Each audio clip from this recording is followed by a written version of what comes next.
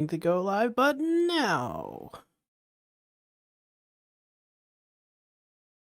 Hello, everybody. Welcome to the King of Anime podcast. A little bit later than usual.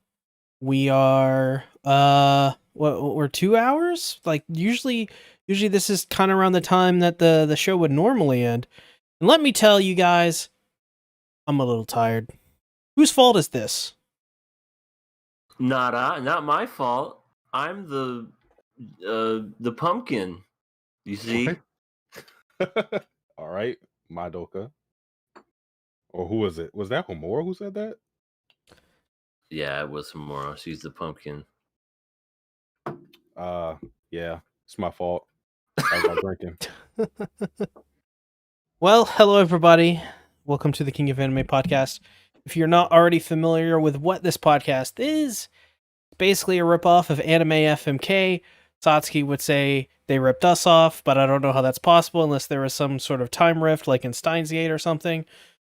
But this is the show where we kill and pass things. It takes 2 or more passes to pass something, so we watch it on to the next week, and if it gets 2 or more kills, then we're never watching it again. For regular viewers, and maybe even new viewers, who knows, may know that about the ReZero thing, or may not know about it. But basically, I was given a strike by Katakawa this week on a private video that wasn't even public for ReZero. And as soon as that happened, I was like, nope, peace. We're not talking about ReZero anymore. I asked these guys about it, and pretty much they're like, yeah, I guess we can go ahead and get rid of it. And we replaced it with Wonder Egg Priority, which is a great replacement for that show. Yeah. Pretty cool. Mm-hmm. Yeah, fuck Kodakawa. You gonna make a diss track? Yeah, I'm gonna get into striked. Yeah, I'm gonna get into the studio after this and just start. Yo, here we go. Fuck Kodakawa. Gonna bend you over, make you so sour. I will say though, we didn't drop ReZero because it was bad. Literally, it's because we don't want to get strikes, or at least I don't want to get strikes. So, yeah, fuck that. Know. I like that agenda. X-Arm survived over the Promised Neverland and ReZero. Now that is the biggest. If anyone predicted that before this happened, they'd be a fucking millionaire. You know, just no way. Can I blame that on Satsuki too? Oh no, we can blame that on Hollow. Well, yeah, we're both to blame. Yep. Yeah, Hollow did the things. Oh my god, Tech Crusader is here for X-Arm. By the way, Tech Crusader, good YouTuber. Check him out. Oh no, we won't, Omar, we will not drop AoT. I guarantee you. I don't know. That one thing happened and oof. Oh man, when Gabby, talk about that. When Gabby became a Lancer. Oh yeah, the guy you bowled. Hey? Yeah, she became a spear hero. Oh, please don't compare her. Oh god. I know people hate Gabby, but damn. That's bad. Gabby becomes a lolicon in the next episode. She starts Oni-chan with the dresses. Starts having those grabby hands. Like, come over here, little child. No. Falco's like, Gabby, what the fuck are you doing? Gabby! You're going to get clipped. I'm sorry! Speaking of KOA clips, you guys have been very responsive to that so far. We're doing a trial run of about 5 weeks of stuff, so that's good. Oh, Tech Crusader, you bring up Moist Critical. One of my friends last week was literally on a Moist Critical stream, was shouted out. So that's weird you bring that up. But anyways, I know Moist Critical. Yeah, he's a good friend of mine. Oh, he is. Mm-hmm. Maybe you should invite him on the show. I should. Hold on. In fact, let me get him right now. Hey, boys, come to the mic. Okay, here I come. Hey guys, it's your boy Moist Critical, and I'm here to tell you about how I like doing these things, and I hate the Promised Neverland too. I like my long hair. It's really cool. See you guys later. Bye. Can you do a tier list? Sorry, he left. Oh. See you later, Charlie. I've never watched a single one of his videos, but I know more about him than I probably should. Let's talk about the greatest anime of all time, X-Arm, aka holy shit. I don't know what happened in this episode, but there is one point where there was silence. And it was the weirdest shit. The greatest fight of the fucking year. There's literally nothing. Just silence. Absolute silence. No, I loved it when the sound came back on and all you hear is ah. Oh. I clipped that and I posted it on Twitter and someone thought their headphones were broken until the screen came on. Dude, I was so fucking confused watching this episode. I was like, wait, where did the audio go? Did I actually mute my phone or something? Wait, what the fuck? What's going on? I had to go back. I had to be like, is this like an error? There was in that fight, if you look closely, it looked like the guy who was getting his ass whooped like went through the little the what do I want to call it? Like the balcony thing. Like he literally like phased through it if you look at it. Like he glitched. Listen. This game let's call it a game. Holy shit. Cyberpunk. This is even worse than Cyberpunk. This is like oh man. Oh, I don't even know what to say. EA, what did you think about this episode? As if there's anything to talk about. What? There's plenty to talk about. Well, I kind of made a video of it. If y'all are subscribed to me, y'all would have seen it. Or maybe if you guys know anything about YouTube Shorts, you would have seen it. Talking about X-Arm. There's this epic... Well, I mean, there's two epic fight scenes. Yes, there's this one where 1 minute he has clothes on. The next, he's just in his fucking underwear. Yes. And just kneeing the guy in the throat, which... that confused me heavily. I was like, where did this go? And his tattoos were like low resolution. But there was another fight with Strongbeard and Goggles, and basically they're going at it. He's choking the other guy out, and Strongbeard has a lolly that controls bugs, and she's just like, "Let me save you!" And he's getting stung by 1,000 bees, and he's just standing still, just going. "Ah!" And his mouth wasn't moving. Oh god, the bees! The bees! Oh god! He was just screaming eternally, but you could still hear it. The bees! Yeah, it was so fucking bad, and I'm just like, yep, this is grade A quality. And then the title of that video is X-Arm and its greatness. Yo, URW6, I will fucking hire somebody on Fiverr to make X-Arm art to put on a t-shirt. Oh my god, this and show I will is sell it. great. And just underneath it, put anime of the year. Holy shit. It's Holy the best shit. anime ever. Oh, then Alma shows up out of nowhere and she's evil, but you know she's evil because now she's wearing next to nothing. But she always wore that. No, she's wearing like a thong. I mean, she wore a bunny outfit in the last episode. Is that the last episode? Oh god, it feels like eternity ago. Tell me about it. I don't even know what's going on. Like, Me neither. They had this whole plot with Police Girl and now her long lost brother. Like, this literally came out of nowhere. Where was this last episode, and why does it matter now? Yeah, that was like her long lost brother, and I'm like, wait, what? When the fuck did they talk about that? Yeah, they just kind of they shoehorned it in the whole show. They had a flashback just so that we could talk about the fact that she even had a brother, and then it was just like, oh, by the way, I couldn't save any part of his body except his head. So here's your brother. Oh yeah, doesn't even look like her brother. How does she even know that's her brother? I don't know. He just is like, yeah, that's me. I forgot his name. He was just like, yeah, that's me. And then she's like, but he doesn't have the same body. Oh my god! And then like at the very beginning, fucking Halloween guy, the bad Halloween costume was like, they can turn you back into a brain if they wanted to. But Oh, isn't that he guy. already a brain? What are you talking about? Do you not even watch the? Do you not even watch the product, dude? They don't even watch their own shit. I think he was trying to say like they could shut him down at any time or something like that. But like, what's the incentive? There's no real incentive to work with this guy. Like, why would they just all of a sudden, all right, let's shut you down.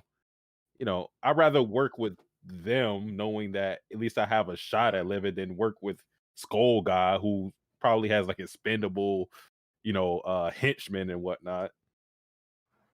And you have a skull face. I'm not trusting you. Uh, I, I, I don't even know what to say anymore. Other than that, this episode we was get shit. the twist. We get the twist at the end.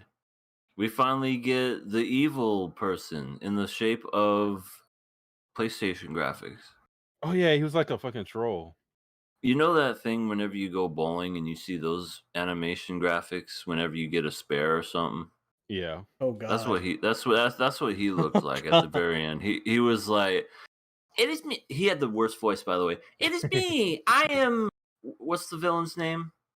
Dickhead. I don't fucking know. I don't watch the Yeah, show for the plot. Dickhead. Dickhead. Yeah, dickhead. All right. Yeah. It is I, Dickhead. Yeah, I'm gonna go ahead and just do shit. Yeah. Peter Griffin. Yeah. Yeah.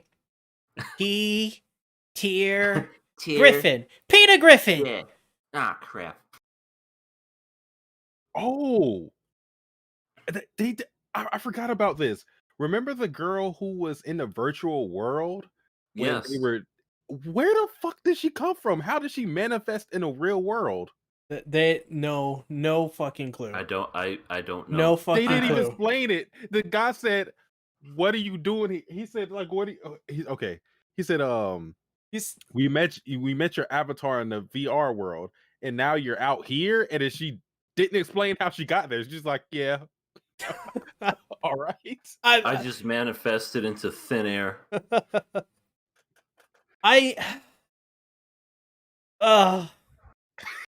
Greedy Little King says XR might be the worst, but not gonna lie, the android was hot. What android? I have seen that like every week, where everybody's like, Alma is the hottest, and I'm like, how? Alma. Everybody knows that. I don't know. Random girl on the right is the hottest. I'm like Alma is like the most inconsequential character to this plot so far, and she's like the main chick. Oh, did you guys notice that I've taken screenshots of this every week so far, but like in between, like in the middle of the episodes, they'll have like actual art made by other artists. Yeah. Mm-hmm. Every single time, I take a screenshot of that every single time because 10 times out of 10, it's always really good looking. Yeah, I That took a is- screenshot of this one. Yeah, Yep. it is the only time I am ever visually impressed by this I was show. going to say that that's the best visual we are going to get in the entire series. Yep. The title cards. Yep. It's the worst. But what are we giving this episode? I'm passing it. I'm killing it. Do we have a choice? We don't have a choice, but I'm still killing it. All right. I tried passing it last week, and I had to get that taste out of my mouth after saying that. Well, I guess I'm passing it. Right. X-Arm lives on to another week somehow. Mushoku Tensei, episode 7. What you guys think about the episode? It seemed a lot more wholesome this time around. Yeah, he actually learned from his lessons of molestation, and he didn't do it this time. Especially at the end when when they're dancing and he's just doing it and being nice and whatnot. It's like, oh, it almost makes it seem wholesome and all worth it.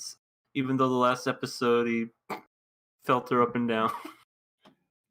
I guess we do have to talk about that and address that because I actually really like that moment in general because it showed that he growed. He growed. He growed. He grew growed from his pants.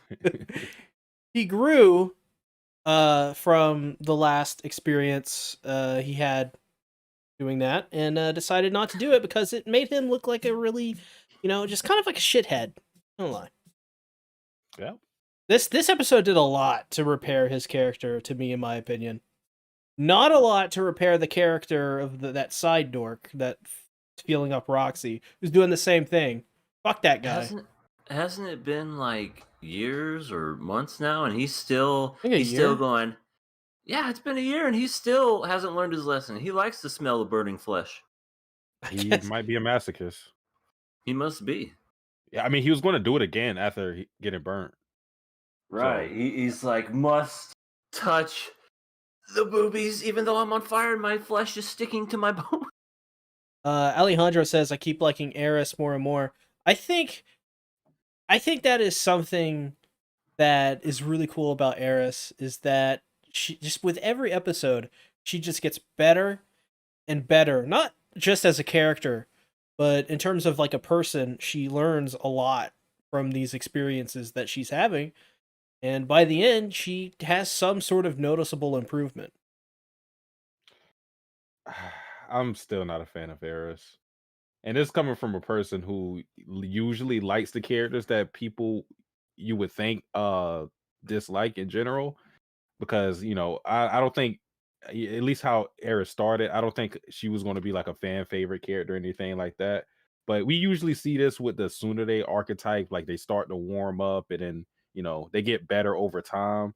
But I still haven't gotten to the point where I think she's a good character yet. Because, like, even in a scene where Rudy was trying to comfort her by telling her that, he's not perfect at everything and he has flaws, and him trying to learn different languages and whatnot, she got off the hay and then like hit him in the head and kept walking, and it was like, come on, Baka. And I'm like, what the fuck, what is wrong with you?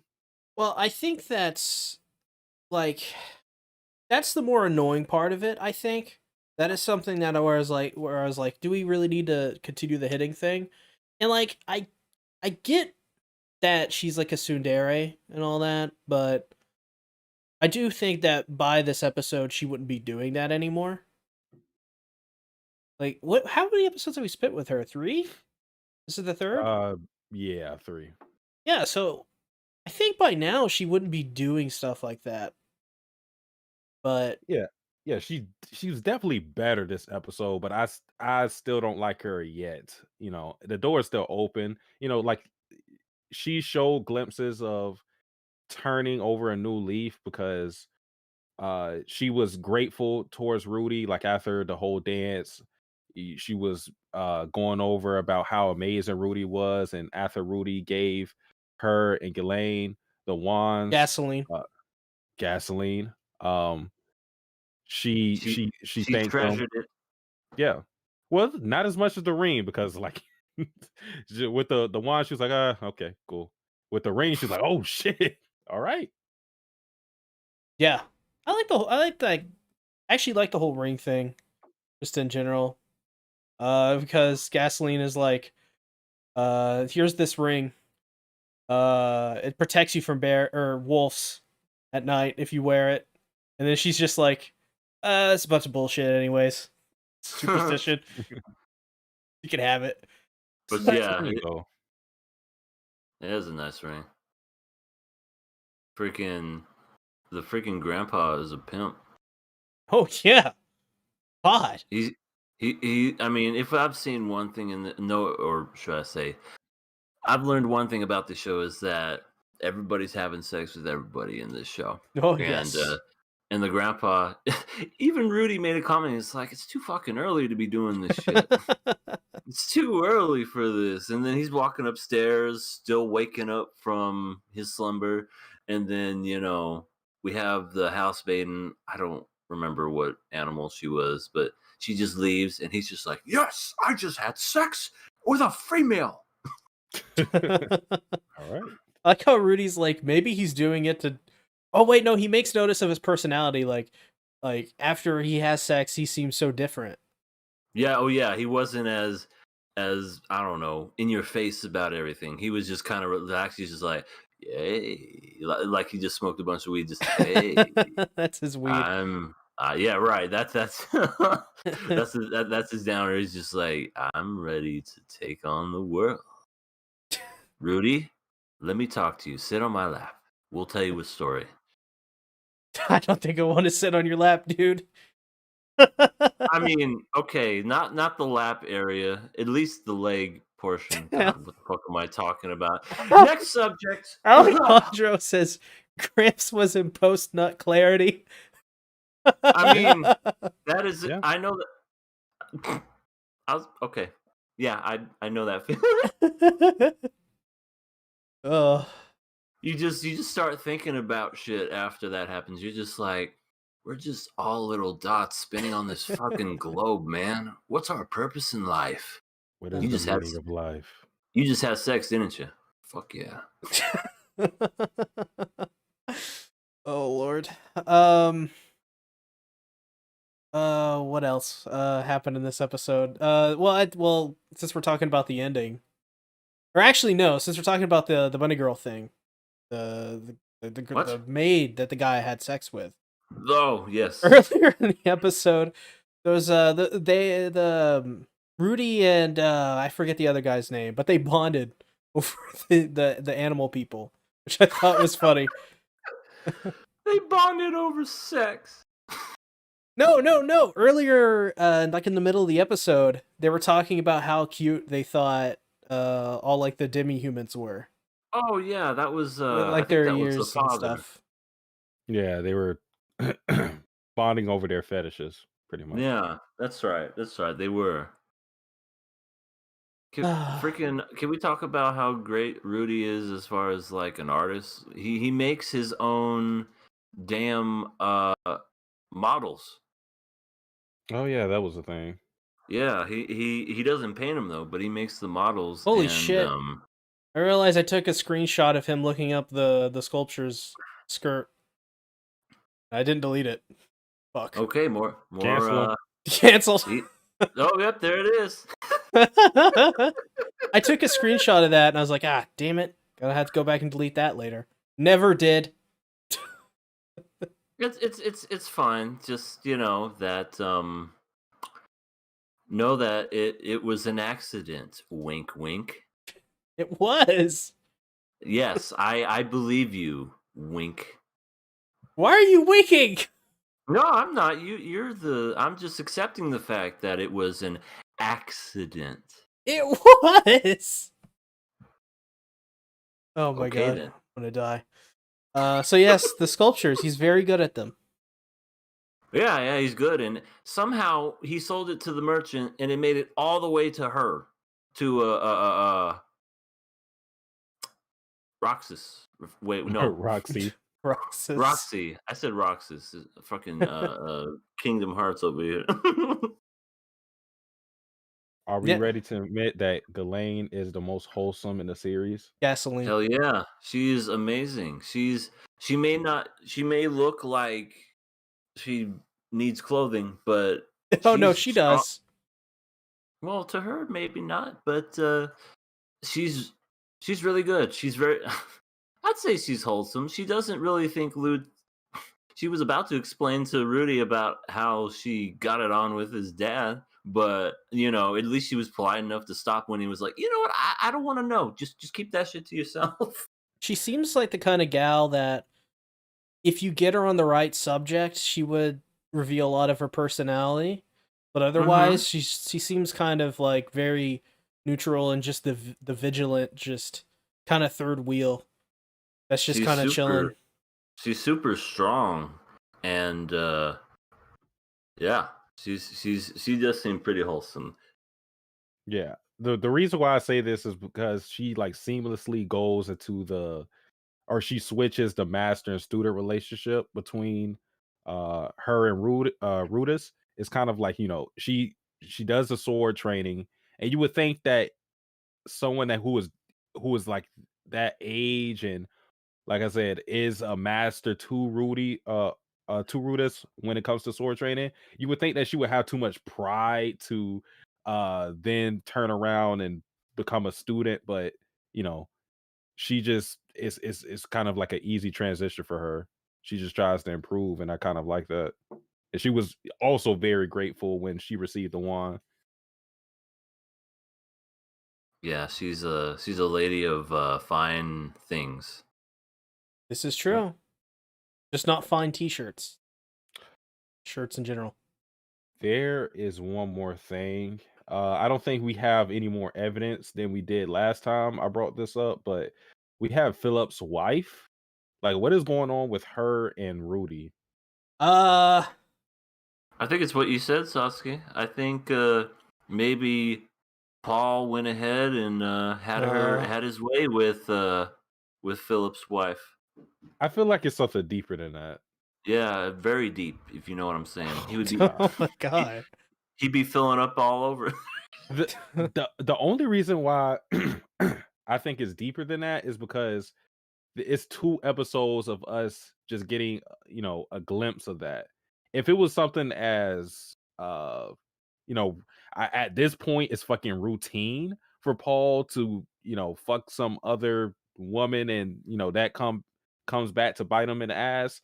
If it was something that routine, I feel like it would have just been talked about as soon as we got the clue that something was up between Philip's wife and Rudis. But I feel like there's something else there, but I'm not sure.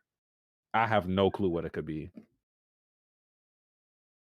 Me neither. Maybe it has to do with the fact that maybe she doesn't see Paul or Rudy as living up to their potential.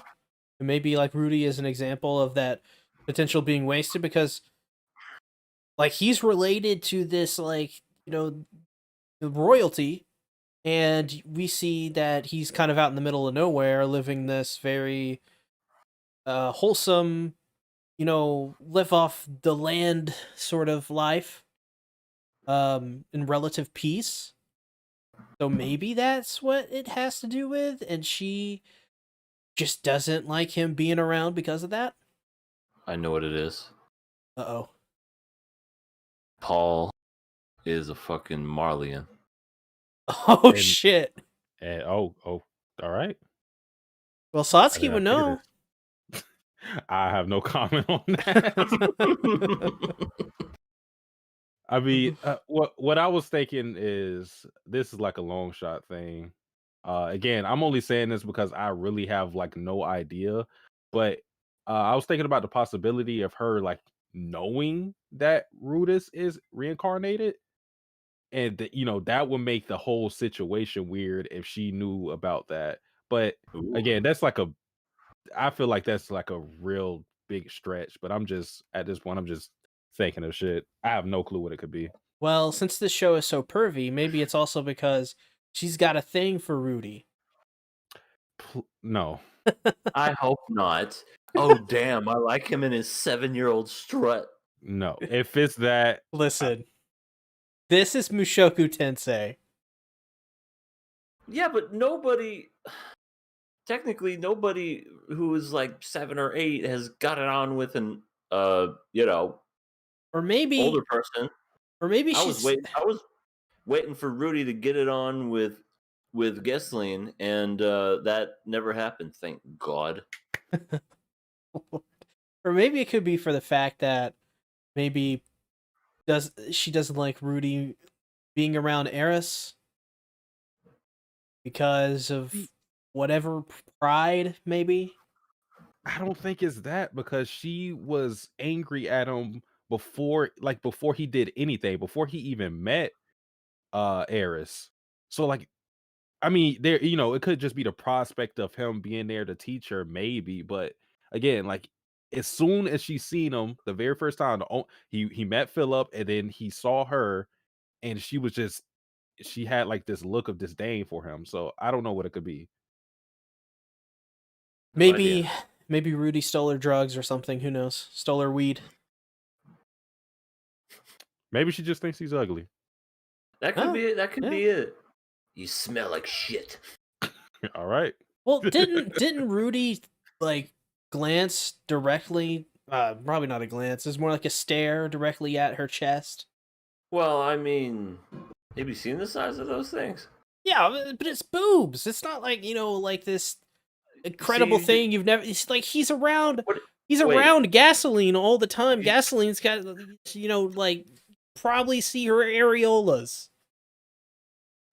This is true, but see, you need to think before you speak. You said, "Yeah, it's just boobs. They're not the greatest thing ever." Well, okay, they are, but like they're not, like something that's never been like you've never seen it before. This is true. This is true, but who knows? When it's different if you're a virgin. Well, Yeah, Rudy well, he kind of is a is virgin. that. Yeah. That's what I'm saying. He's a virgin, and he's probably just like, "Oh my god, boobs!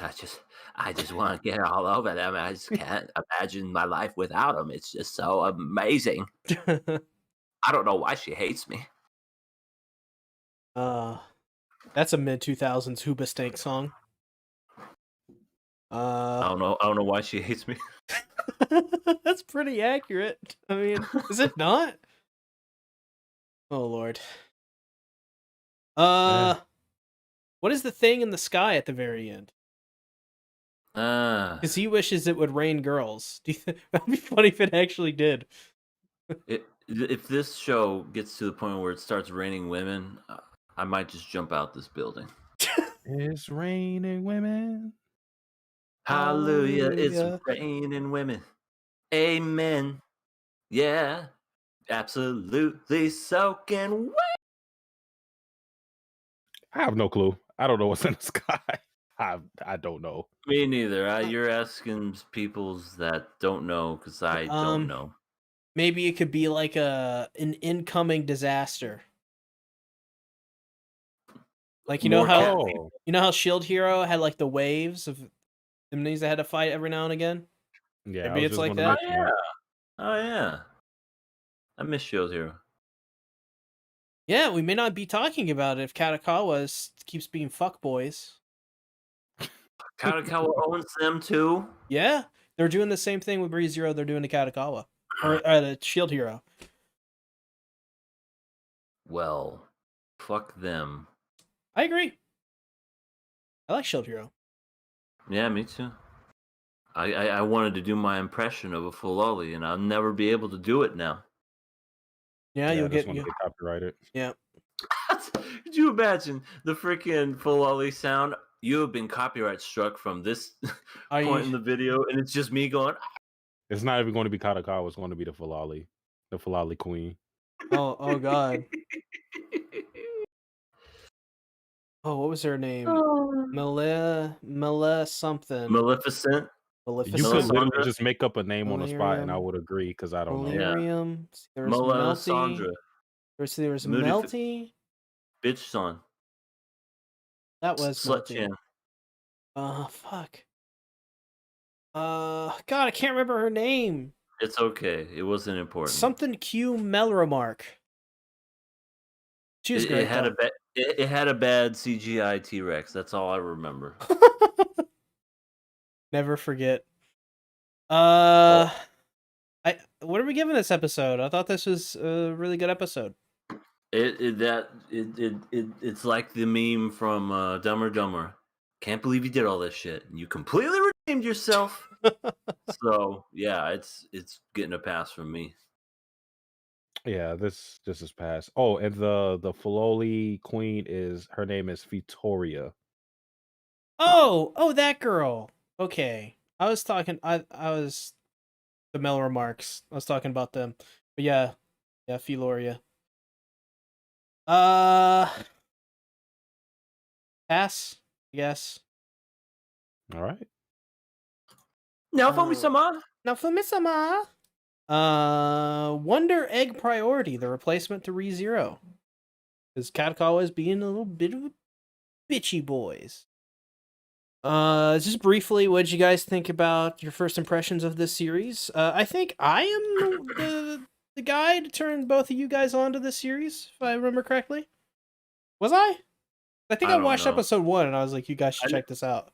know Sasuke. I mean, yeah, you did say that, and then I think Sasuke kept talking about it, and he kept dropping more screenshots, and I'm like, I need to catch up with this. And I did watch the first episode when it came out, and I gotta say right off the bat, the studio who's animating this, so good. Is it The animation is Cloverworks? beautiful. It's either Cloverworks or Wit. I don't think it's Wit though, so I I think don't it's think it's Cloverworks. wit. Yeah, it looks so fucking beautiful. It's amazing. It it looks great. I got to admit, when I first started watching it, I was lost, Oh so yeah. lost. Oh yeah, same. I'm like, what the fuck is going on? Like, there's eggs and people are dying and they're trying to, and then now they're disappearing.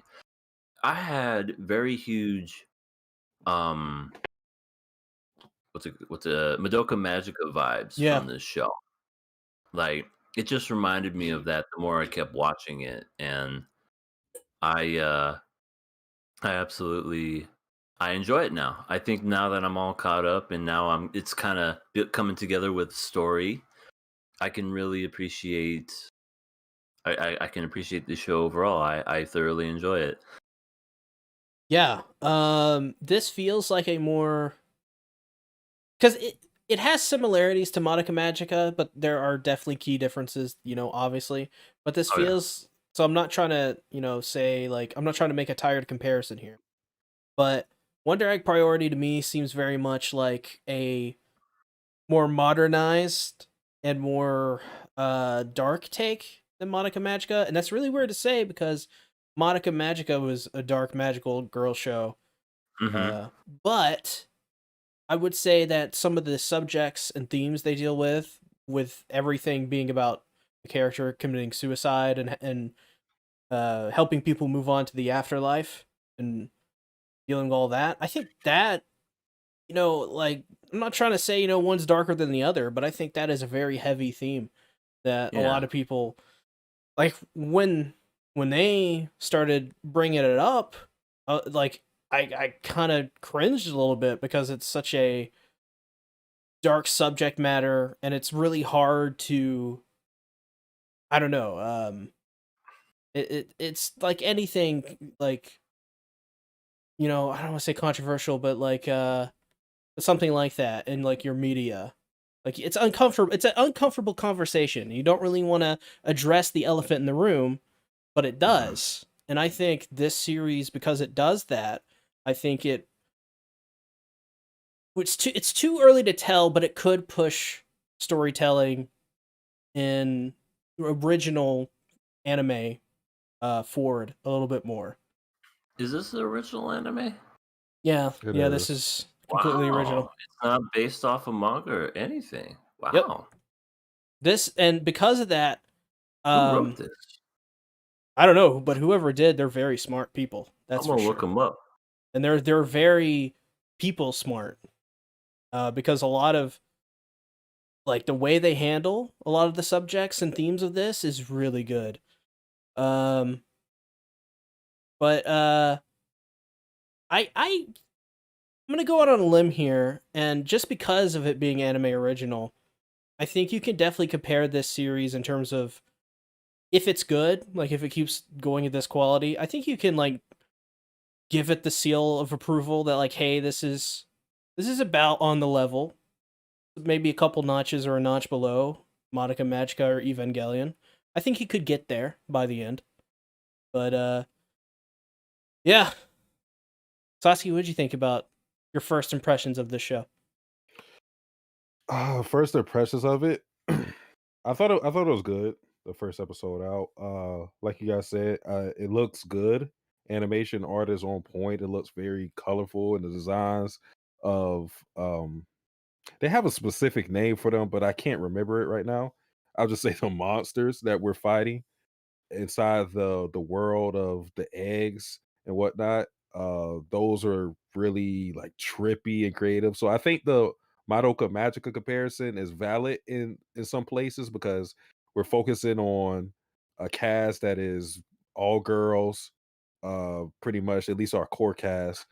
um, we're going to these trippy worlds, and like you said, it has some dark themes in there, suicide and bullying and things of that nature.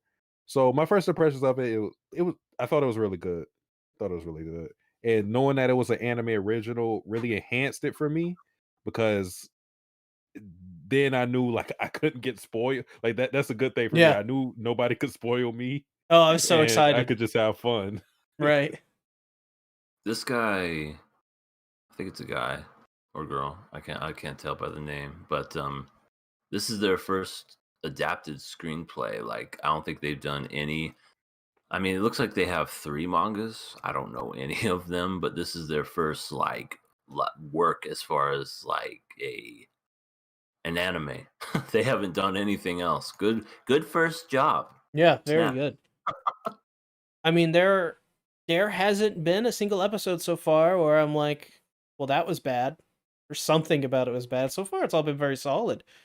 Um, so what did you guys think about this episode? Well, okay. Before I talk about this episode, I want to ask you guys if you noticed this cuz I noticed it like rewatching it today. Did you notice that when we go into the worlds where we're saving the people in the eggs, that the places that we go to are where the person that they're trying to save committed suicide? I have, yes. Cuz I yeah, get it. like with the school, like that was kind of obvious. Then it was the bridge with what is her name? Neru. Mhm. But I don't think we got anything. I don't know we know the natures of the deaths of Momo, the person that Momo is trying to save, and Rika. But I thought that was kind of cool that the setting is the place that the person committed suicide. At least the person they're trying to save, yeah. Yeah. hmm Yeah, I guess I didn't notice that, but makes sense now since I always showed up in a school. I guess that makes sense now. Yeah. This episode though, pretty good.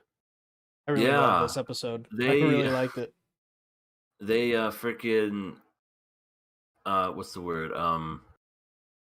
They have named I forgot what they were before, but now we have evolved into haters because now they're heroes.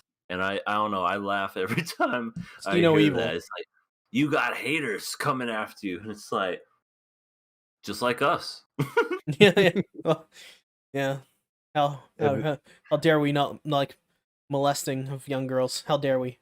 and then the Pokemon just fucking ate them. Yeah, they have the little Pokemon now. That's really cute. Um, Yeah. by the way, they were called See No Evil, Oh, okay. but See They No were is one creepy as word. hell.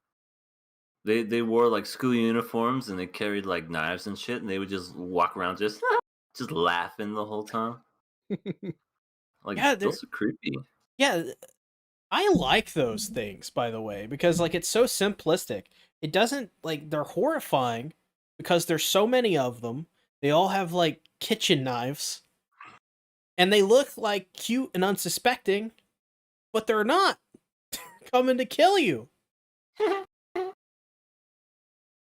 Um, yeah, this episode is very interesting with the whole thing with like Ai's family. They played more into that and how what's his name? Sawaka, I believe, the Yeah. teacher. Mhm. Yeah. Who's very sus. Yeah. Okay, let's get this out of the way. Do we think he's evil or not? I it's Everything's pointing to that he is, but something tells me that they're gonna throw a twist at us and say that he's yeah. not. I think there is good reason for for them to suspect him of being the bad guy, but I also think it is very plausible that it could be a red herring. Yeah, I think because there's that scene with Ai's friend, and you see the teacher, and they're hugging. He kind of just stares evilly at her for some reason. But I'm thinking, I don't think like he was responsible for her death, but I think maybe he knows why she died. But it wasn't his fault. Maybe he tried to save her, type of thing. That's my guess. Yeah, and that could be a good reason why he doesn't talk about it either. Right. Why he doesn't just go and address it is that like you said, he tried and it just didn't work out for whatever reason. It could also lend into why he is always going to going to why am I forgetting her name right now? Ai's house all the time and trying to look after her. Maybe that also has something to do with Ai's friend Koito. Like maybe there was something, maybe like Ai is really responsible for her death a lot more than she even realizes it. Oh my gosh. And because of that, like the teacher knew that and now he's trying to like look after her for some reason. I think that's possible. But I thought what was interesting was the conversation between Rika, I, and Momo, where they were, discussing whether or not the teacher was sus. And I think a character like Rika is very necessary because she's going to, I think she said in last episode, she's going to be like the villain. A lot of the time, she's going to say the things that people might be thinking but don't want to say out loud because they're trying to be considerate of everybody's feelings. She has like no filter. So, like, while she could come off as an asshole a lot of times, I like her because I think she progresses the story and like Yeah, addresses certain issues that need to be addressed. yeah, I didn't know how I felt about her at first because she was a moocher, and she's like, my father always said that pretty girls never have to buy for anything, and it's like, you take that too literally, girl. You take that too literally. But Calls yeah, everybody she her was wallet. right. Wallet number Yeah. one, wallet number two, and then this person was always been my wallet, and it's just some fangirl. And I like the fact that they don't shy away. She said that she was fat, and I was just thinking, everybody always says everybody's fat in anime, but no, she was actually kind of a chubbier girl, which I was just like, oh, okay, you don't really see that much in anime. No, how she died was horrifying. I Yeah, guess she eventually she starved to death because of what she said to Yeah. her. so mean. Yeah, that's brutal. And I like how because of that, she realized that she made a mistake, and she kind of took that to heart, and that's why she is where she is. Yeah, she has the, bad girl appearance and, she comes off as standoffish and she is that way, but she's not a bad person deep down. Yeah, Absolutely, yeah, she's got fangirls. she does. Well, we do have. I love those fangirls. Those 2 episodes, Oh yeah. dude. I loved them so much. When they were I like, would, when our favorite artist committed suicide, we just had to commit suicide as well. And I'm like, holy It was shit! yeah, it was so dark, but it was They were like it was kind of excited about funny. it. Yeah, they They're were just like, oh, you're going here. It's like someone going to the party. You going to the party? Okay, we're going too. Like it was that simple for them. if you jump, I jump. Right? Okay, on three. Yeah, that's oh so. shit, dude! You're committed suicide. Awesome. Let me jump in on that. I know that's just so dark, but that's that dark humor that seeps through in this show. Yeah, you got to play around with it sometimes. Oh Uh, yeah. but I love those two. By the end, I like which they were like use the glow sticks, start waving them. Eyes in the background, it's going along.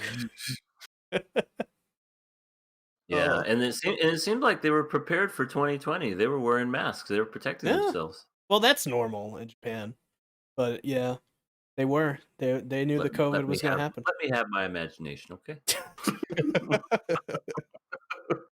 Oh Lord.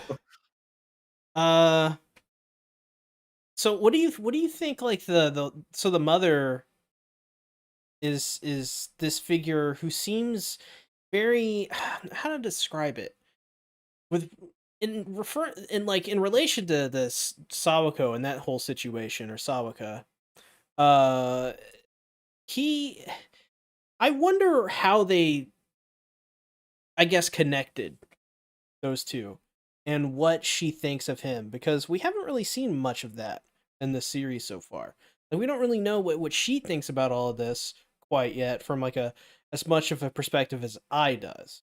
So I do wonder about that. Yeah, like you see the teacher in the background and a lot of these episodes trying to check up on her, trying to get her to go to school, or I think he's like a tutor, I guess you could say. Um but yeah, we didn't like the whole relationship thing. It didn't come out of nowhere, but it was just like it was just like kind of sudden, at least in Oz eyes. So um I wonder how that's gonna play out. Like, is that gonna have any significance with Ai's character? Because at the end of it, she ran to school and it seemed like she was like a new person basically. And I think another telltale of this is we know like one of her insecurities is her heterochromia. And in the last scene, because usually she has her blue eye covered up, the left eye. Yeah. She brushed her hair away and like showed her eyes. So I think like now she has the resolve to be a better person and have courage. So, but yeah, I wonder how like the whole relationship between her mother and the teacher is going to lend into that. Is that going to hurt it? I gotta say, Ai's design is really great, and she's probably one of the cutest anime characters of the season. And I don't mean cute as in sexually, just I like her design. It's just really adorable. I think a lot of the characters in this series have this really I think it's like it's almost like they're all like really cute, but like they're really really cute. More than you would see in the other anime. And I think that makes them stand out more and I think that's on purpose for some effect. I'm not sure Yeah, quite yet why that is. Frick, freaking Ai is completely inspired by Coraline, for damn sure. Like that's pretty much a fact. Oh yeah, they look so similar, yeah.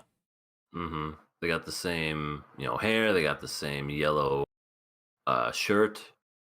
Yeah, it's just yeah. I like the animation in this show. It's really yeah. The one scene where that one, it was I don't know. I think it was like the second or third episode where it was like the teacher, and you just see her turn into a monster, and it's just like she's turning inside out 3 or 4 times, and they're just having a casual conversation. It's just happening in the background. I'm like, oh, gross. Oh yeah. Yeah, that was really a lot of the boss designs in this series are really gross. I think almost every Hmm. single one of them are really gross, but maybe Yeah, that's I just like them me. though. Uh I know I'm forgetting a bunch of stuff that happened in this episode.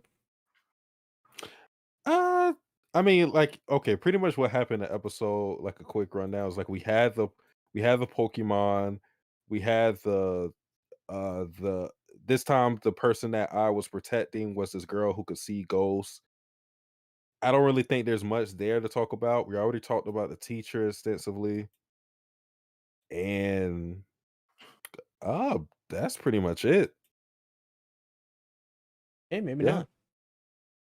not. Um I like the episode where they introduced Momoe. I really thought that episode was tremendous as well because like it starts off you think like she's like basically talking to this girl and kind of being like her counselor of sorts. And this girl who was molested like all the time. And I thought that episode was really strong because it starts out like this really depressing angle. And then by the end, it's like this girl kind of takes control of like, of what happened of this and takes the power back, right? And I thought Hmm. that was like a really like a really hopeful message. And it was really positive.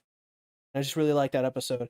I also like how everybody thinks she's a dude, and then Ai's like, you're such a cute girl," and she starts crying. And I'm like, God damn it. This anime is so wholesome in like these weird, unpredictable ways. I had a feeling she was a woman. I mean, she dressed like a dude, and I heard the voice. So I was like, "This is either gonna play one of two ways." So, so, and it played the way that I thought it would go. I was like, "Oh, okay." See, I think this show would. I like that it's an all girl cast because I think that adds something really cool and unique to it. But I also wouldn't mind like a male character in the mix. I think that would like I don't know, it bring a different perspective to it as well. Well, So SeaTactics, you can join now. Just grab yourself a Wonder Egg, and you can be like, "Hey, ladies, what's up?" I just go to the refrigerator, start throwing eggs against the wall. My parents like, "What are you doing?" I'm like, "I'm trying to get me some Wonder Eggs. I'm trying to save a girl who committed suicide." And then that's when your Oh, mother's just like, "Call the nut house." I thought that was very interesting in the last episode when Rika brought up if the people that they're trying to save will even want to come back. I thought like that's another reason why I like Rika because that was something that I didn't even think of because they're Right. doing this whole thing to save everybody, but you also have to think that I mean they did commit suicide, so would all of them regret it? We wouldn't know. Yeah. So like I thought that was just an interesting thing to bring up. I hope we get a character that's like that. That totally doesn't regret the suicide whatsoever. Because so far I think we've seen mostly everyone has. In this episode, we saw something different where they she didn't regret it, like she didn't outright, regret it or anything like that, but she was kind of playing with our expectations of what a fight usually is. Um, Hmm. but yeah, I think that'd be cool to see. Like, how do you have the person move on if the decision they made was one that they truly believe was the right decision? Really Yeah. interesting. Okay, so what do you guys think will actually happen with them? Because I feel like like this thing can't just work out. I can't see them just uh saving enough people and then everybody that they're trying to save is free and then they just keep on living in the real world. Like how do you guys see this ending up? Um. Well, d- first I want to address the two. I don't know. I guess what would you call them? Like bosses or the people that run the place. They look like the freaking crash test dummies from the 80s and 90s. Yeah, those You guys. know, yeah. I think for some reason, even though they're playing a character that's just like in the distance, they want them to do their job. There's one who's a little more lenient than the other. One's more stricter, and the other one's like, "Come on, girls, have fun, play arcade games and bowl."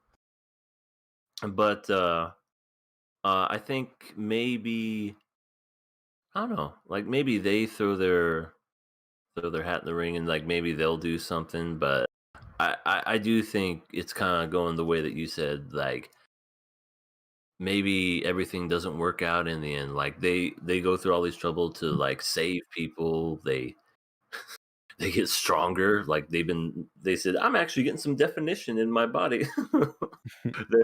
they're they're growing the muscles, but maybe it's all for naught. Maybe it's one of those things where it's like they're gone for a reason, and they don't want to be back. And yeah, that is an interesting thought to think. And I don't think the show's going to have a happy ending. I think maybe it's going to be bittersweet, but it's not going to be all sunshine and rainbows. Like maybe it's going to be one of those. You had someone that died, committed suicide. You learn from the fact that they committed suicide. You understand why they did it, but you also learn to move on from that because your experience from what they went through and what they did will make you stronger in the end, and you learn to be better because of it. I like how in the middle we're discussing this, and people are like, "Yo, is SeaTactics on Xbox or PlayStation?" Like, what the hell does that have to do with this? All night, people have been having conversations with each other in the chat. Like, I own all the consoles, I guess. So that's They were my. talking about Roblox and all these other things. Yeah, I guess gaming is just on the mind tonight. I own all the consoles, by the way, except for the Switch. So there you go. I own the Switch. But yeah, I think I really can't wait for the end where we see them complete their goal and see these characters have these probably final moments. And I think those moments with these characters that they've been trying to save are going to be really, really heartfelt, and I'm sure we all will cry. I cry. I cry all the time. I cry.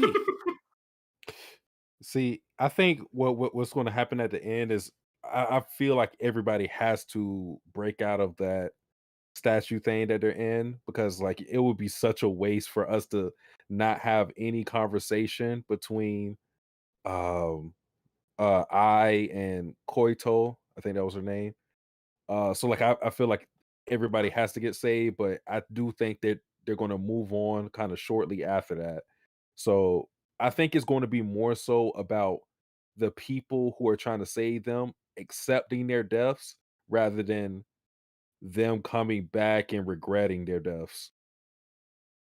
Yeah, that's probably actually where it's going. Because maybe it's like, I mean, this series is already one big great metaphor, anyways. But maybe this whole thing is like the journey to accepting what happened, and these youthful children, not quite understanding it, and them, working it out in their own unique ways because these kids don't really know how to deal with loss, and they're dealing with like really, in some instances, like really depressing losses. So, yeah, I don't even know. This show's amazing. I don't know what else to say. I know what to say. I am Pass? passing it. Okay, I am yeah. passing it too. Yeah, I don't. It would take a lot, I think, for me to kill this show. If they decide to go I 2 turns years into into Rudy. they go 2 years into the future, but for some reason it's the next Oh day. God. Promised Neverland sucks. Damn it. I haven't watched it since I dropped it. Since we dropped. I have. Last episode was pretty decent. Sort of, kind of one of the better episodes of the season, surprisingly. But hey, that is just me. A lot of people, when I put out my video on that, like, oh, this episode's actually good. There's just a flood of comments like, doesn't matter, it's still bad. And I was like, damn. You I cried. traitor. AoT. All that happened this week? Yeah, final season, episode 11. I was tagged today in a tweet about AoT, talking, some headline came out like final season won't adapt the full what it's supposed to adapt and be the final season. I think we talked about this before, but since it's come up again, Satsuki, what do you know about this? Papa Satsuki, tell us.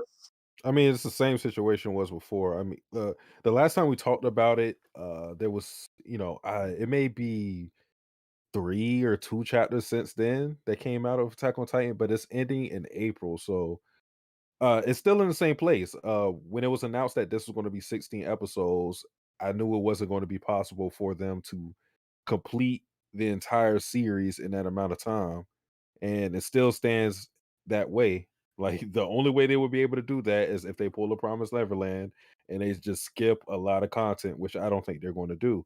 So hope they do. unless they do a part 2 or maybe like a movie or something like that, this final season is going to be incomplete when it comes to the series of Attack on Titan.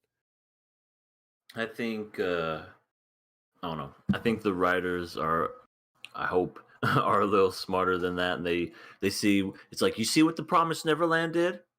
Don't do that. Let's be better than this, boys and gals. So, I mean, I don't know anything about the manga, but even then, I have high hopes that I think they're people have invested so many years into this manga, and to just like throw it all away would probably be the worst mistake they ever made.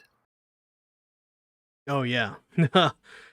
I mean, we've already seen how pissy Attack on Titan fanatics can get when the Beast Titan is CGI. So uh like death They have a threats. they have a whole ride in Japan dedicated to Attack on Titan at their Universal Studios. Yeah, I mean I don't this series is so big. They kind of have to execute, right? Right. Mhm. I really don't think they're gonna screw it up. I think it's what you said. They're either gonna do a final season part 2. It's just the I funniest would shit. yeah, I would laugh. Or maybe they wrap it up in like a 3-hour movie. You know, I would, I don't know, if they had the time to like make it a movie and have where it's the animation looks like the best it's ever done. Not to say it's bad this season, but what I mean is like a movie, you expect it to be this giant spectacle. So yeah, that would be great. I'd Ends love with it if Gabby they did that. killing everybody single-handedly. The end.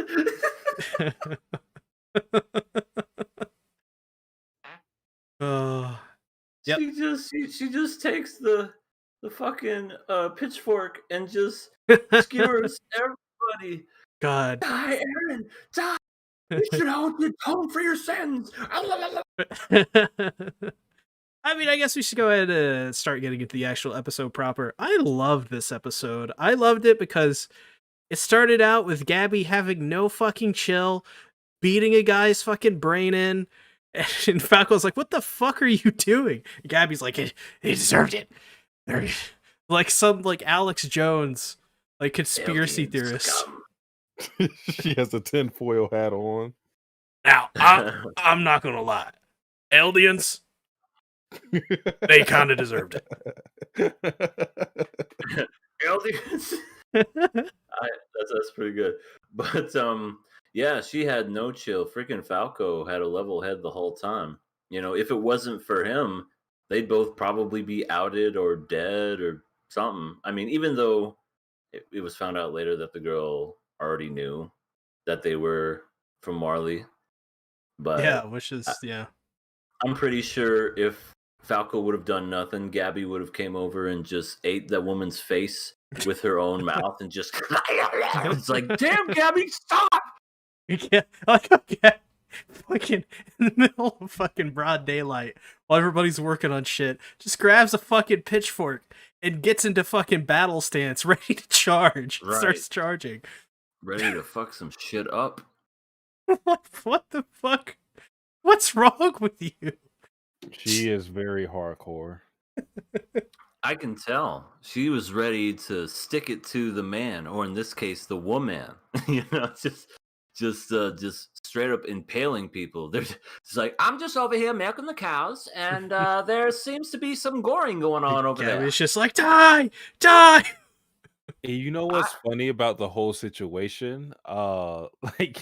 Like the one scene where she's getting her head bit by the horse and she slips and then the bucket falls on her head. It's like it's like wacky comedy, but then what ties everything in is she blames it or she's like, this is the work of the devils. And it's funny. It's funny because we're like, devils. Like, no, you're just I don't know. I guess this is karma or something like that. But it's Yeah. funny, but it ties back into her whole character of this blind rage that we see for her. And this is why I like Gabby as a character because I think she is a good representation of I guess with two things, just like the theme of blind rage, racism, because that's something that you can apply to the real world as well. But I think that she is a good representation of Marley and other nations as a whole, how they perceive Eldians. I think like she is a single character that can encapsulate everyone's views. And this is why I always tell people stop comparing Gabby to Falco, because they'll go like, why, Gabby's doing this and this and this and this, but Falco is the one who's being level-headed and he's thinking logically. And this, like, the reason why I say don't compare those two is because in my eyes at least, Falco is the exception. He is the odd man out when it comes to how he deals and perceives things, because like, yeah, he's very level-headed. He hasn't been brainwashed, um despite all the military training and everything he's been through. But he is not a good representation of the majority of the world in this case, because people are told that Eldians are bad and they believe it wholeheartedly, but they haven't interacted with Eldians. They haven't actually seen them. And you know with Gabby being here, now she has a chance to experience quote unquote good Eldians, and now her perspective can change on them. So like that's why I like Gabby's role in the story in general. And that's why I think people need to like sometimes like you have to just forget about your hate for the character and think about like what they mean for the story sometimes. Like I understand not liking her because the Gabby thing or the Sasha thing, and she can be annoying at times, but think about her role in a story and what her character actually means. Yep. Nah, fuck that shit. She killed Sasha, dude. Hashtag fuck Gabby. And Lobov. That's my favorite character, Lobov. I know, freaking. Nobody ever mentions Lobov. What is Lobov? I thought his the name fat guy. was. Oh yeah, I thought he was Chunkers. All right. He's just relegated him to a meme. Yeah, Chunkers McGee. He's just like, I'm gonna go ahead and scout the perimeter, guys. I see a little girl. Oh God! He's the big chunk. That man had a family. Stop making fun of him. Well, Gabby should have thought of that before she put it right between his eyes. Oh, I do want to read a Tat Titans comment. He said the reason Falco and Colt became warrior candidates is because their uncle was an Eldian restorationist who got caught along with Grisha, of course. He's going to have a different outlook on the world than Gabby. Yeah. I also Falco and Tangerine from Demon Slayer have the same voice actor. In this episode, when Falco and Gabby are at that stream and they get in that argument, it reminded me of Demon Slayer, where Tangerine was like, Nezuko! Daijoubu, Nezuko! Daijoubu. Yeah, and Chelsea just... All right. Yes. We're riveting stuff. I was done. Okay. What do you guys think about Hanji? What she's dealing with? She's got a lot of pressure on her shoulders. Freaking people went ahead and leaked the information. They were damn flock.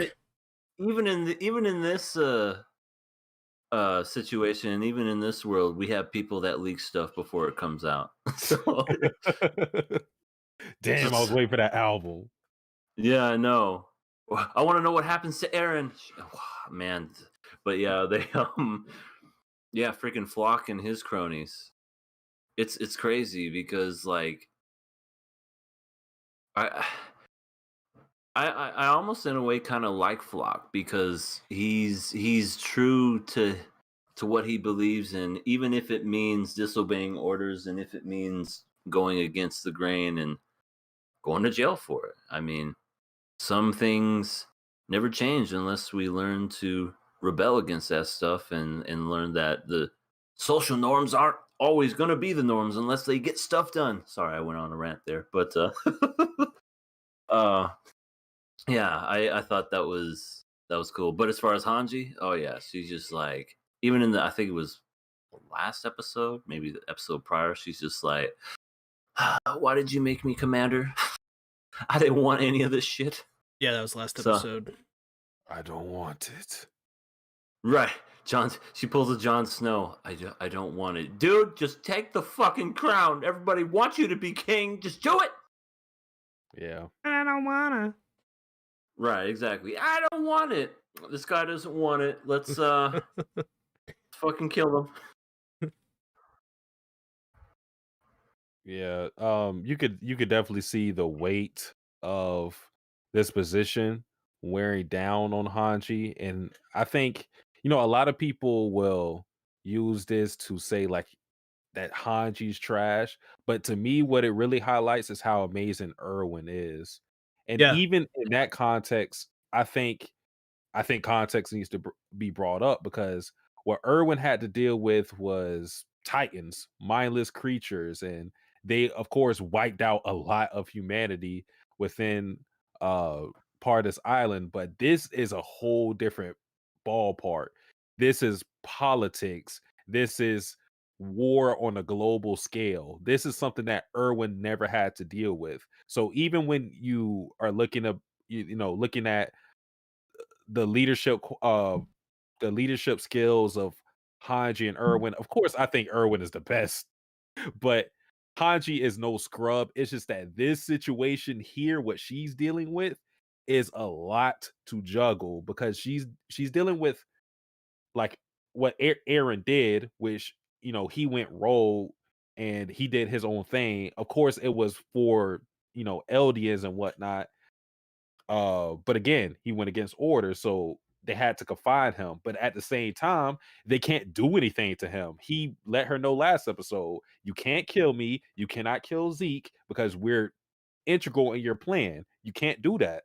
So she's in this position where she's kind of stuck and she has to play by everyone's hands. She doesn't really have an opportunity to, do her own thing or make her own decisions. She just has to just be there almost. Yeah, I think there are people that I feel like we discuss a lot and people just kind of ignore a lot of context and a lot of just the story, I guess, to fulfill like kind of what they think about a character. Because like I'm surprised to hear that people think Hanji is trash because of she's dealing with what she's dealing with. I mean, I said it in my videos, the same thing that you said. Like, Erwin was such an amazing leader. Of course, Hanji would have issues living up to that. Not just because of the reasons you said, but of course socially as well. Because as you see in this episode, she talks to a small crowd, and like one of the people there is just like, just tell us that like we understand like how hard this is. Just tell us like that you'll fight for us and represent us and stuff like that. Give us a reason to believe in you. And she couldn't say anything. She didn't know what to do. Yep. Erwin would probably immediately just be like, epic fucking catchphrases and shit. Like, Let's do that shit. like by the end of it, like all the ladies would be like, have my children. The dudes would be like, man, wish I was, come here, kiss me. Like, turn a bunch of dudes gay. Like, Hanji's got like, she doesn't have that. I mean, Hanji has insane charisma, but Erwin has charisma and leadership qualities. And Hanji certainly has some leadership qualities, but I don't think it is nearly as strong as Erwin's was. And I don't think Hanji's just unlimited sources of charisma can get her through something like this, which I think is one of the reasons why we haven't really seen this season the Hanji we would usually see, which is the when she got turned on by Aaron's Titan form. Like, I haven't really seen much of that. So, yeah. Yeah, you're not going to see the playful Hanji because the situation is completely different than what it was before. yeah, I'm sure if she could do it, if this would solve all of the problems, it would. but it doesn't. She's got to be serious. I love the mini flashback we had to his name is Sonus, I believe. I think we talked about him last podcast, but if you remember the conversation between him and Hanji, their whole conversation was basically him saying, like, you guys got us locked up, like we're the bad guys, and from your perspective, but we have a role to play. And he basically said, like, good luck, you're up next. And they're becoming how the government was before. They're withholding information. Of course, the government did that not for their own benefit. They did that because they thought that was the best for the people. Of course, there's some dickheads here and there that did shit because they just wanted to do it. There's some sadistic people, but I mean, there's people like that in the Servant Corps right now. I mean, look at Flock. He has sort of good intentions, but the way he goes about certain things is like, yo, this dude is kind of like a loose cannon sometimes. But yeah, she is in the same position that the military was in before, where they can't be transparent in how they deal with things. They can't just let the public know certain things. And, like I said with Sanis, now Hanji is in the same position as him, as they were before.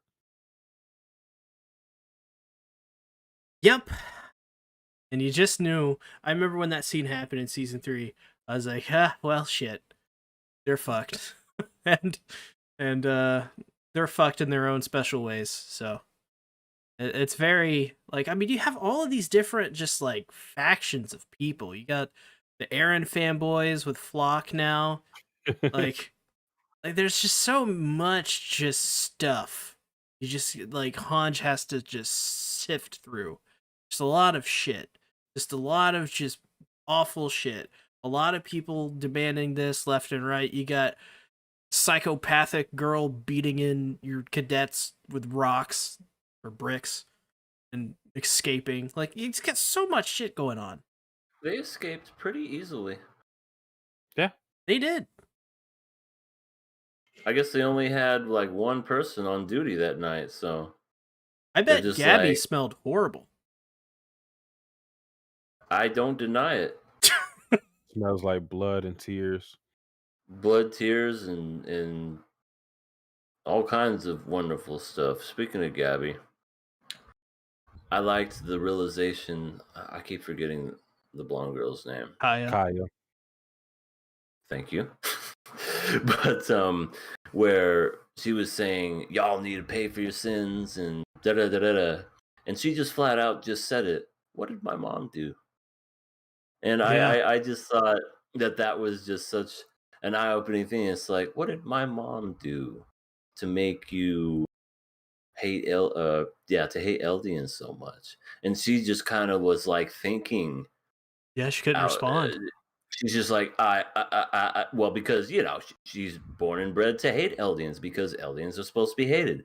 But when someone gives you a logical response as to why somebody's mother should be hated, you start thinking about your own mother, and you're like, well, I don't hate my mom. I mean, she probably loves her mom too. Why? It kind of contradicts everything that you've ever thought. So you're just like, oh no.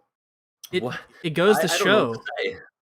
Sorry, but it goes to show that the only responses that she could come up with was the responses that she's been brainwashed to say. Mm-hmm. She couldn't think of her own, original thought in all of this. It was just because you did all of this and this, and she just couldn't come up with anything. And as well, I think it's just.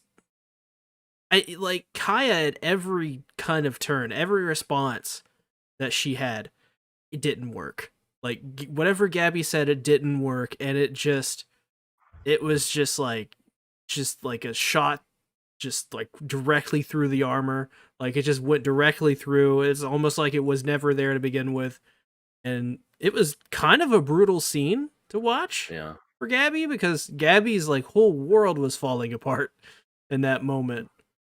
Did Kaya She said somebody saved her. Was that person Sasha? Yes. Yeah, this is the Now person I was that talking about last podcast. now ain't that something? The person that saved her, she inspired to be her. Well, that farm they were on She was Sasha's fucking was family. talking to the same person that murdered her. Well, not only that, she was talking to the family Mind blowing. because that whole farm was Sasha's family. That's insane. Yeah. That's absolutely just like. I mean, what are the odds? See, actually, I was thinking about that. I was like, what are the odds of her meeting Sasha's family out in the middle of the countryside? And it's probably pretty high because there's not a lot of people in Paradise Island, probably out in the countryside. Yeah, there's probably not a lot of people in general after all the Titan attack. Yeah. But yeah, I guess in that sense it makes it. Yeah, I really thought that was awesome that this was all Sasha's family, and Gabby doesn't even realize it, which, She man, probably don't even know. yeah. I mean, that interaction they had at the beginning as well, when they were sitting down to eat. Gabby, before going in, was talking to Falco like, "I can't sit next to Eldians, these devils, and eat their food." And by the end, she was forced to eat it. Eat your slop and you will love it. And then just doing work for them, which is the funniest part. In the next scene, she's doing work. Yeah.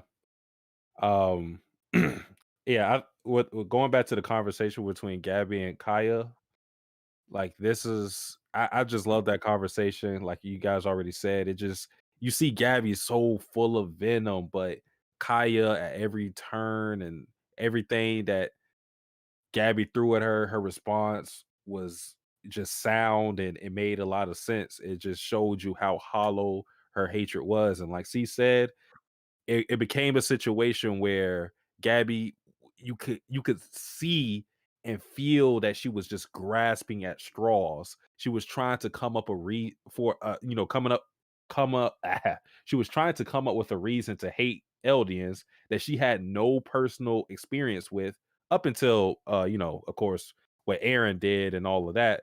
But we already knew about her hatred for Eldians before then. So it just showed you that she is she is brainwashed. She is lost completely.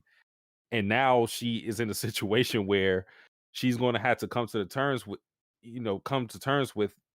Eldians not being bad people. Because this family that we're with right now, they aren't how Eldians were talked about, how they were written about in Marley. They're Mhm. they're good people who take in orphans, people that don't have mom and dads, and they're taking care of Ben and Mia, as they like to call them, uh, without knowing anything about them. So, like, I think her perspective on Eldians should change from what we've seen with her interacting with this family and Kaya. I just think it's really interesting how Kaya was like, I'm gonna get you guys back to your home. I'm gonna help you. And she didn't have to do any of that. Kaya could have said, well, tough shit. Join the orphan farm, bitch. Welcome to the orphan farm, where all we do is collect orphans and force them to work. We collect orphans here and we make them get eaten by the horses. It sounds like the Promised Neverland. Orphans, get your orphans here, fresh off the streets. Oh, see, that's why Mother Isabella is in this anime. Oh, yeah, you're right. She would love this shit. Mother Isabella has entered the chat. She's going to take over the whole farm like you're doing it wrong. This First. is how you do it. First, you got to build walls, giant concrete walls. And you got to make a cliff fall all the way around it. Then I you mean, they just already got sell 'em. walls. They could do that. Man, they ruined that show. Then there's at the end with the whole Reiner stuff where Reiner's like, where they're like, yeah, so we figured out, Zeke's probably a traitor. So what the fuck? I guess we gotta wait 6 months to train people. And Reiner's like, haha, no, let's attack him now. Yeah. I don't know where it Well, ends. it's like he said, they won't expect it. I mean, they're gonna be depleted with sources, but I mean, I guess they got all their Titans. Well, at least the remaining Titans, so they can use them to their advantage. But I don't think they know what Zeke and the rest of everyone else is trying to do. So this is gonna build up to some epic shit. I tell you what. It's gonna build up to some fuck shit. Oh yes, some complete and total fuck shit that's going to just be insane. It's gonna be Titan versus Titan, people versus Titan, people. Freaking Gabby's gonna come with her pitchfork and go, "Die, Aaron!" stabbing at his pinky toe. No, she's gonna do Gaybolg. What? Oh, that's right. You never seen Fate. Basically, Gaybolg is like the actual Gaybolg, but like the Gaybolg Noble Phantasm is when activated, it's basically a homing missile directly towards the person that's targeted their heart, and you can't block it like at all unless it's another Noble Phantasm of equal quality or better. So she's That all just went right over my head. basically Fate out of context is the best. it is. Yeah, all I know is that it's a gay ball and it's going to, like, that's what I hear. Gay It's a ball gay and bulge. gay bulge going to the chest of the heart and like Yeah, it's right. I mean, you're right. and then the other one can't stop it unless there's another one of equal or greater power. Maybe a better way to say it: once somebody throws the gay bulg, it doesn't miss no matter what. It cannot miss. You've dodged my undodgeable blow, Saber. And it's a missile? It's a giant. It's like a homing missile? It's a spear, but once he throws it, it homes onto the target's heart, and it can't be blocked unless there's unless there is something that can block it, which there isn't a lot of things that can block a gay bulg. Yeah, I don't think that's gonna happen. So I'm pretty safe to say that won't happen. I don't know. Gabby's luck in this episode was definitely almost as good as Lancer's. So is that good or bad? his luck is shit. Yeah. In the visual novels, they have like ratings for like certain traits of characters. So like Saber has an A in riding, so she can like literally fly a plane without even knowing how to learn it or anything like that. Lancer's luck in that series is an F. So there you go. All right. Well, then Gabby is sure to do well this next coming episodes. Yeah. I want to read Attack Titan's comment. He said, "My boyfriend just dropped Attack on Titan because these last episodes are fillers and nothing happens. How do you feel as anime onlys? How do you feel about the pacing?" So I guess that's a question. I like for you it. guys. I think it's as good as it's always been. I personally feel like Attack on Titan has really good pacing to where they don't overwhelm you with action, but they don't bore you to death with story and filler and plot. I think it has a nice balance of action, then story, rest, resolution, come back to more action, then more rest, the resolution is the back. So Yeah. we've come to that where it started off with that story because we got to know all these new back characters, these new characters, and then boom, we get thrown into Aaron just fuck shit, and then just now we're back down to this again, and it seems like we're building to that next something coming on. So I've always liked Attack on Titan's pacing. Yeah, I think the people who have issues with the pacing honestly have no patience whatsoever. And also it makes no sense because this has been Attack on Titan forever. There have always been slow episodes. If you're surprised by there being a slow episode where people talk and there isn't fucking action happening all the time, did you just skip to this season and didn't watch anything before? Because that's the what it only sounds like. explanation. Like Yeah, it's always been that way. I yeah. mean, I don't know. I mean, It's like you can't make sense of the big shit that happens if there's no talking. Like, I think it's it, kind of ridiculous that people hate on these episodes because it's just talking, but it's not just talking. It's character development. It's right. story progression. It's We're talking about the important. history of the Titan itself. Like, imagine if we just skipped over that whole flashback of, especially after that epic season 3 part 2 where they finally retake the wall and like, oh, we finally get to see what's in the basement, and they just skip all over that to go to the next action scene. It's like that would have been, you know what I mean? All for naught. You gotta have that story. You gotta have the stuff that tells you what makes these things what they are. But I don't know. Yeah. Maybe I'm crazy. I mean, I don't know how somebody can be so impatient to drop a series just for talking. Doesn't make any sense. Mikasa's not showing her butt enough. I quit this show. Yeah, like this shit is very important. We can't just skip over it because it's not more characters flying around with 3DO gear. You gotta have the stuff in between. Like you gotta have build and stuff. Yeah. You need the good with the bad. Not to say that it's bad, but you need story and plot. You always got to have it.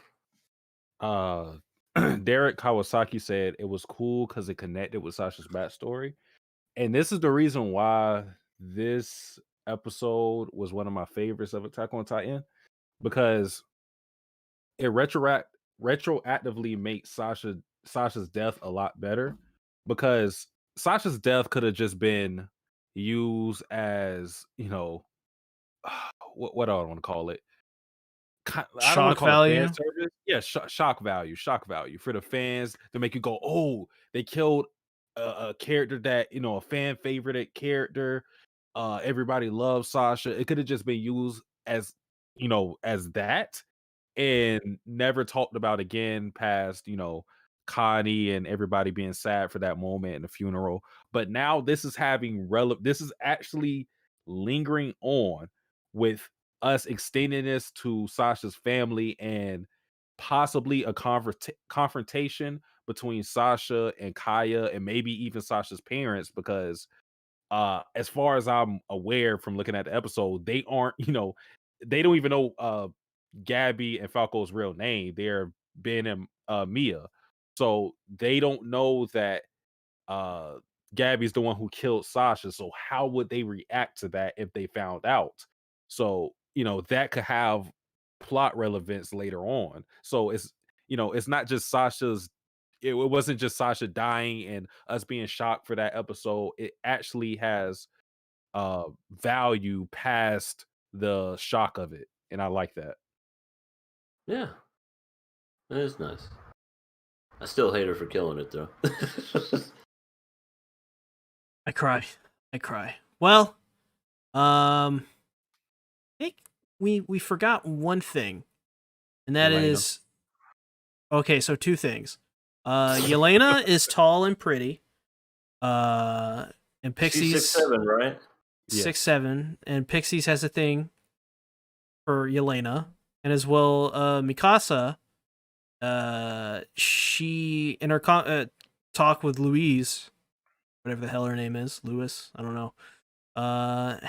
Gets a little bit of a migraine headache, and has a flashback to when Eren and her killed a bunch of those people.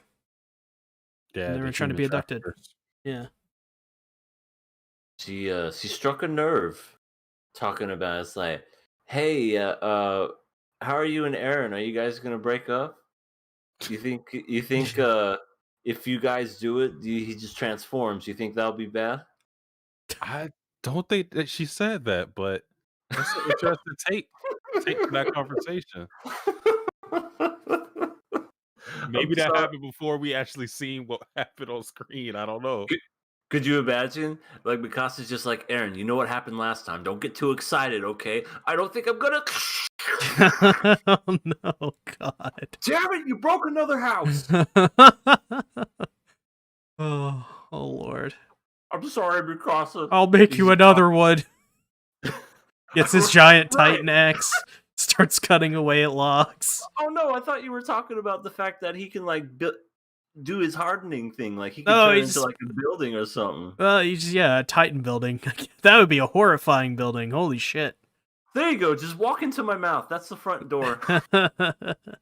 Everybody in the chat is going, Eren. Eden. Eden. She's great with that. Eden. She really is. I mean, it's quite amazing how she's able to perfectly do it every time. I know, even when she's pissed. Eden. Oh Lord. So yeah, Mikasa has some Eren issues. As I'm sure we're gonna see in the next couple episodes. Yeah, I think she doesn't know who that man is anymore.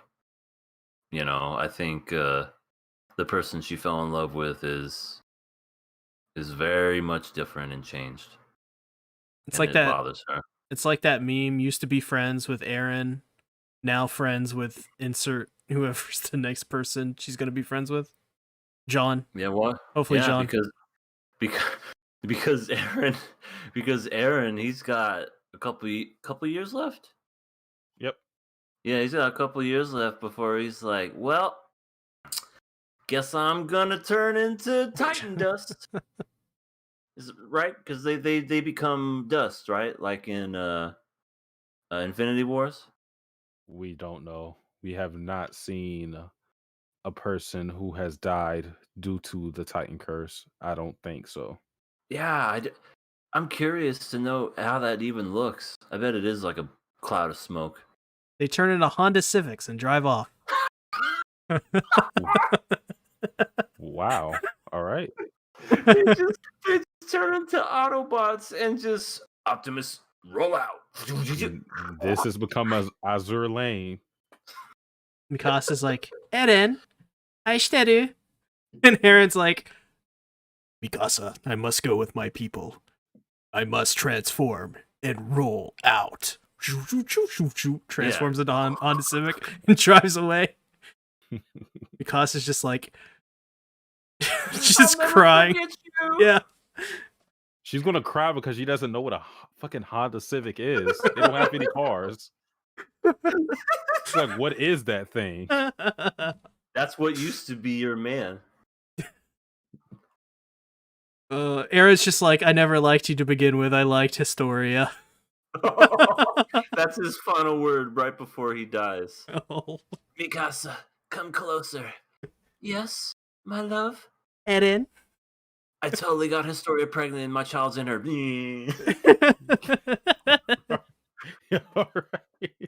He's a low quality troll now.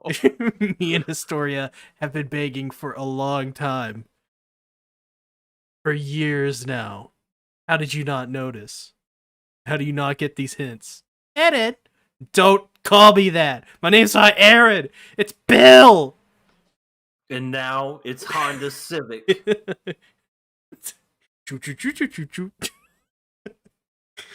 Oh, Jesus fucking Christ. What happened?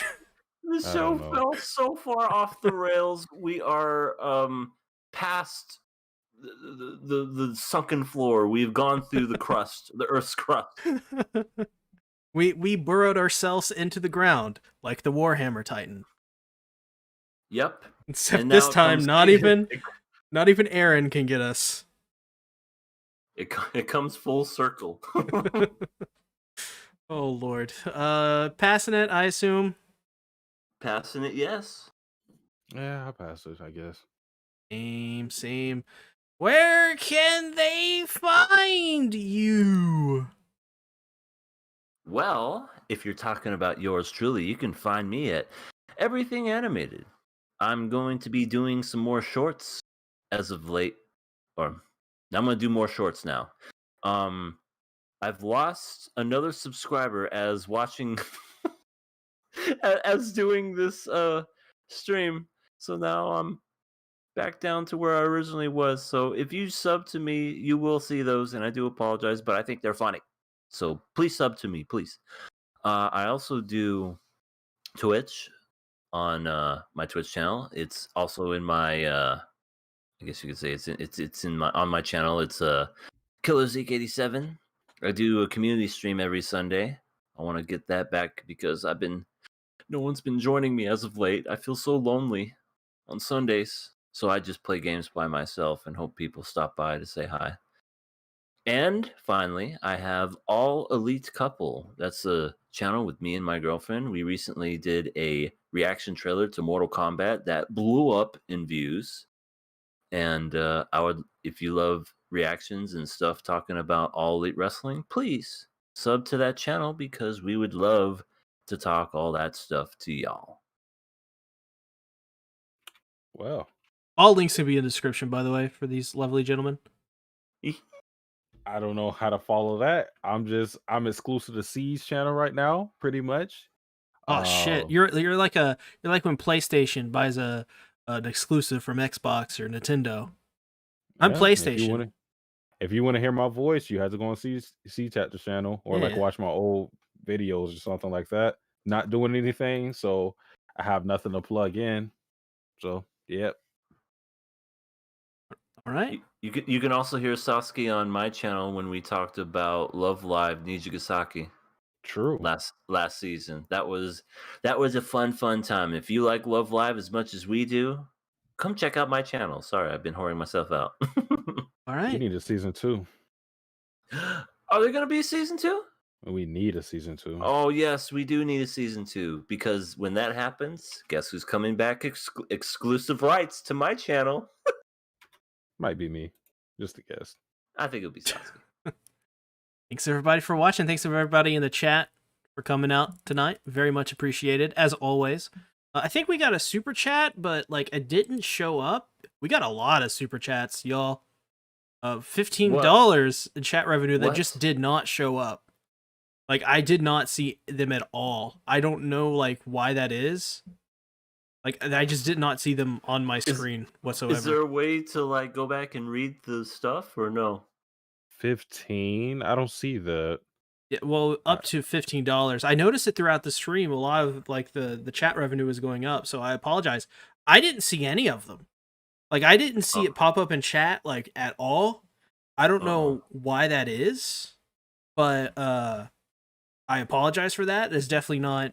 I wasn't ignoring you or anything like that. I literally had no idea what was going on. Just take the money and ignore what they have to say.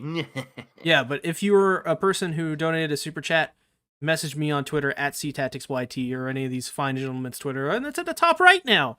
So there you go. Cool plug for that. But anyways, thanks everybody for watching. See you all next week. Peace. Bye.